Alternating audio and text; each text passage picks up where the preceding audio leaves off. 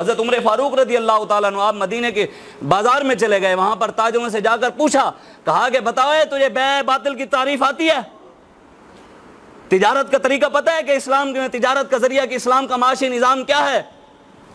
بیع فاسدہ کیا ہے یہ بتا، ان کی تعریفیں کیا ہیں؟ جو تاجر بتاتے گئے حضرت عمر ان کو چھوڑتے گئے، اور جنہوں نے تاجر کی تجارت کی جو اسلامی معیشت جو نظام ہے اس کے بارے میں صحیح نہیں بتایا، حضرت عمر نے ان کو کوڑے لگوائے کہ تمہیں پتہ ہی نہیں ہے اسلام نے معاشی نظام کیسے ہمیں بتایا، کیسے ہم نے تجارت کرنی ہے۔ آج ہم غیروں کے پیچھے لگ کر، یورپ کی غلامی کر کے، ان کی غلامی کر کے، ان کے پیچھے لگ کر ان کی باتیں ہر وقت جو بھی کوئی بات ہو انہی کی بات کرے، رسول اللہ کی غلامی کو چھوڑ دیں۔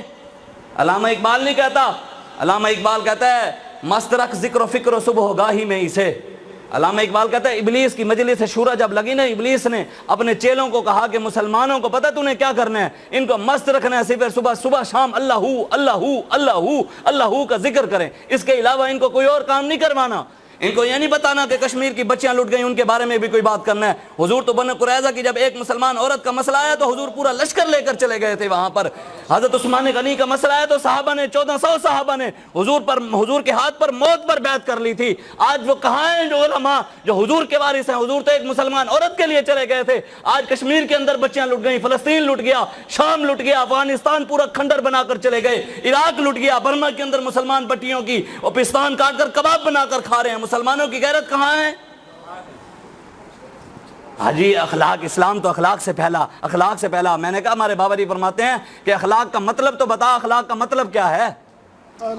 اخلاق کا مطلب یہ ہے کہ کسی کے ساتھ برتاؤ، تمہارا برتاؤ کیسا ہے، ماں کے ساتھ کیسا برتاؤ ہے، باپ کے ساتھ کیسا برتاؤ ہے۔ حضور نے جس کو سمجھا کہ وہ چادر کے مستحق ہیں، حضور نے چادر بچھا کر وہ اخلاق پیش کیا۔ حضور نے جن کے لیے سمجھا وہ تلوار کے مستحق ہیں، حضور نے تلوار اٹھا کر وہ اخلاق پیش کیا۔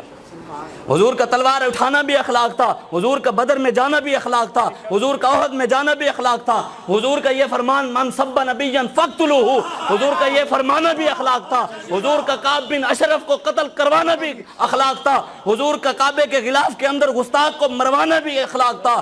سب کچھ حضور کی ذات پوری مکمل اخلاق والی ہے، حضور کا ہر ایک عمل اخلاق والا ہے۔ آج ہم وہ بات نہیں جی اسلام تو امن کا درس دیتا ہے، حضور تو رحمت للعالمین تھے۔ اور میں نے کہا حضور کا نام ہے، اللہ تجھے لے جائے مدینہ پاک میں، ریاض الجنہ کے سامنے دیوار کے اوپر حضور کا نام لکھا ہوا ہے، اللہ آپ سب کو لے جائے، آپ وہاں پر جا کر پڑھیے گا۔ پہلے تو لکھا ہوا تھا، ان کا بھی تو کوئی پتہ نہیں، جنہوں نے مسجد نبوی سے اب قرآن بھی ہٹا دیے ہیں، کرونا کی بیماری آ گئی ہے بھی اب قرآن کے اندر یہ تو کوئی پتہ نہیں ہے، نہ انگریز تو سازشی، یہ تو حضور کے دور میں یہودی سازشی تھے۔ آج مسلمان ان کی سازشوں کو پہچاننے کے لیے بھی تیار نہیں ہے، ان کی سازش کو سمجھنے کے لیے بھی تیار نہیں ہے۔ یہ تو حضور کے دور میں بھی، خود حضور کے دور میں حضور کی ذات کے ساتھ نعوذ باللہ سازشیں کرتے تھے۔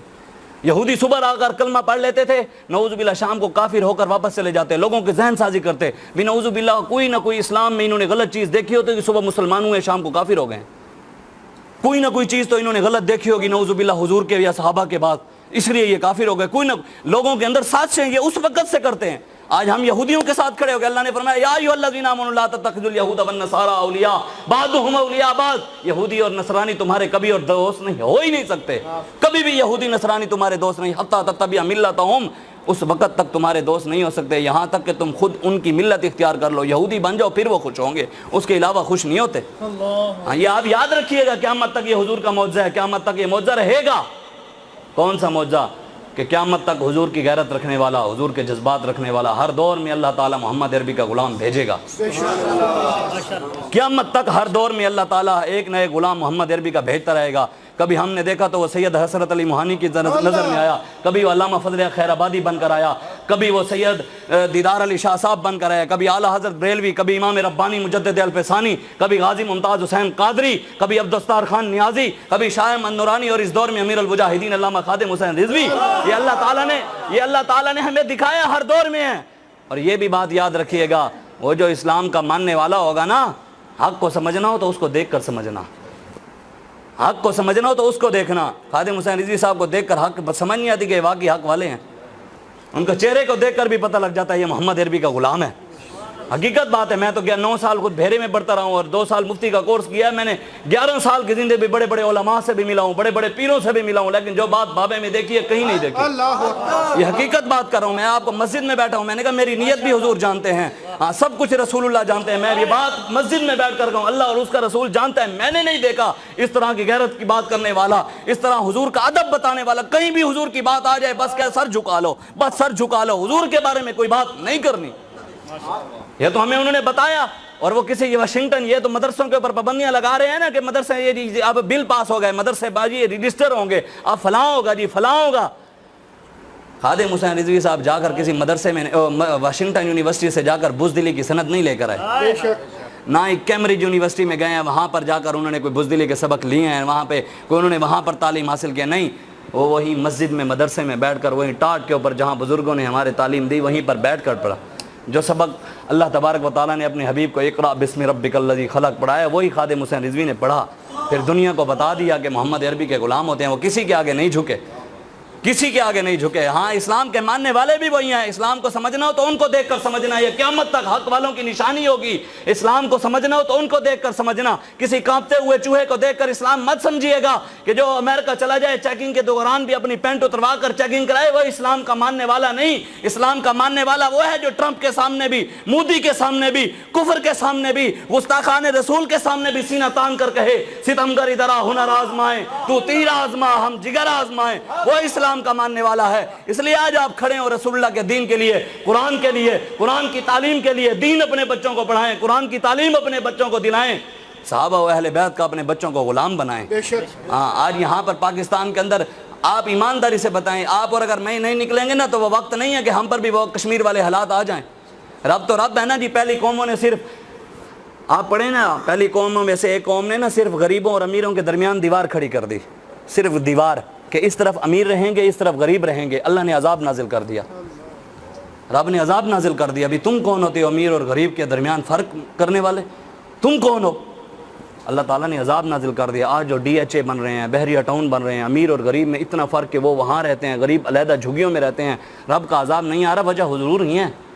عطائے رب جلائے کرب فیوز عجب بغیر طلب, یہ رحمت رب ہے کس کے سبب, بے رب جہاں تمہارے لیے, زمین و زمان تمہارے لیے, چنین و چنا تمہارے لیے, دہن میں زبان تمہارے لیے, بدن میں ہے جان تمہارے لیے, ہم آئے یہاں تمہارے لیے, اٹھے بھی وہاں تمہارے لیے, جنا میں چمن, چمن میں سمن, سمن میں پبن, پبن میں دلہن, سزائے مہن پہ ایسے منن کے امن و امان تمہارے لیے, اصالت کل, امامت کل, سیادت کل, ولایت کل, حکومت کل خدا کے یہاں تمہارے لیے. یہ سب کچھ رسول اللہ کے لیے, حضور کی ذات کے لیے. یہ اللہ تعالیٰ نے ساری کائنات حضور کے لیے ہی بنائی ہے.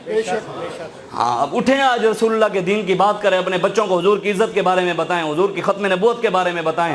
آپ دیکھیں نا آج پاکستان کے اندر میں بات کر رہا تھا, چوکوں کے اندر کھڑے ہو کر اگر ہم ڈیک لگا لیں چوک کے اوپر اور اس کے اندر جشن عید میلاد النبی کے ترانے لگا دیں اور نعتیں چلا دیں, پرچہ ہو جائے گا کہ نہیں ہوگا؟ یہ آپ اور میں ہیں نا جو اتنے کمزور ہو گئے ہیں کہ صرف رسول اللہ کے نام کے لیے بھی ہم نہ نکل سکے, حضور کی عزت کے لیے, حضور کے میلادوں کے لیے. ہم دعوے تو کرتے ہیں غلامی رسول میں موت بھی قبول ہے, اور جب موت کی بات آئے تو گھر چپ کر بیٹھ جاتے ہیں. جب کائنات کی سب سے بڑی دربار کے سجادہ نشین دین پر وقت ہے تو آ گئے تھے. آج ہم کون سے بڑے بڑے شہزادے ہیں, شہزادے تو وہ تھے, اور کائنات کی سب سے بڑی دربار کے سجادہ نشین تھے. خود رسول اللہ کی دربار کے بیٹھ کر امام حسین نذرانے نہیں لے سکتے تھے, پیسہ دنیا نہ دیتی ان کو, لیکن جب دین پر وقت ہے تو رسول اللہ کی عزت کی بات تو ورا حضور کے دین پر پیرا دیا, اپنا سر نیزے پر چڑھوا دیا. آج ہم نے قرآن کو پس پوش ڈال دیا, امام حسین کا سر تو نیزے پر تھا, قرآن کی تلاوت نہیں رکی. آج ہم نے قرآن کو چھپا کے رکھ دیا. آج ہمارے گھروں کے اندر اب جو دینی کتابیں ہیں اور قرآن کی تفسیر ہے لوگ ظاہری طور پر بھی نہیں رکھتے, سامنے نہیں رکھتے. بھی لوگ آئیں گے وہ کہیں گے بھی یہ تو مولوی ہے. قرآن کو بھی لوگ اب چھپا کر رکھتے ہیں کہ بھی لوگ یہ نہ کہیں یہ تو بھی مذہبی طبیعت کا مالک ہے. اپنے گھروں کے اندر لائبریری ہمارے بزرگ بناتے تھے, ایک کمرے کے, ہر کمرے کے اندر لائبریری ہوتی جہاں قرآن کی تفسیریں بھی پڑھی ہوتی ہیں, حدیث کی کتابیں بھی پڑھی ہوتی ہیں. لوگ آتے ہیں ان کو پتہ لگتا ہے یہ محمد عربی کا غلام ہے. ہم چوک کے اندر بتائیں, ہم اگر لگا رہے ہیں ہمارے اوپر پرچے, اور یہ 10 دن پہلی محرم سے لے کے 10 محرم تک نوحے چلاتے رہے, وہاں ان نوحوں کے اندر اللہ کی بھی گستاخیاں ہوتی رہیں, رسول اللہ کی بھی گستاخیاں ہوتی رہیں, ہاں جی وہاں پر صحابہ کی بھی گستاخیاں ہوتی رہیں, ان کو کوئی پوچھنے والا نہیں. حضرت ابوبکر صدیق کی شان میں گستاخی کر دی تو اس کو باہر بھگا دیا، اور جس نے سیدنا صدیق اکبر کی شان کی حفاظت کی، عاصم رضوی صاحب، اور جہلم کے اندر ان کے اوپر پرچہ ہو گیا۔ یہ عجیب قانون پاکستان کے اندر چل رہا ہے، یہاں پر عجیب نظام چل رہا ہے، یہاں پر جو حضور کی بات کرنے والا، حضور کے نظام کی بات کرنے والا، اس کو جی ہم جلسہ ہی نہیں کرنے دیں گے۔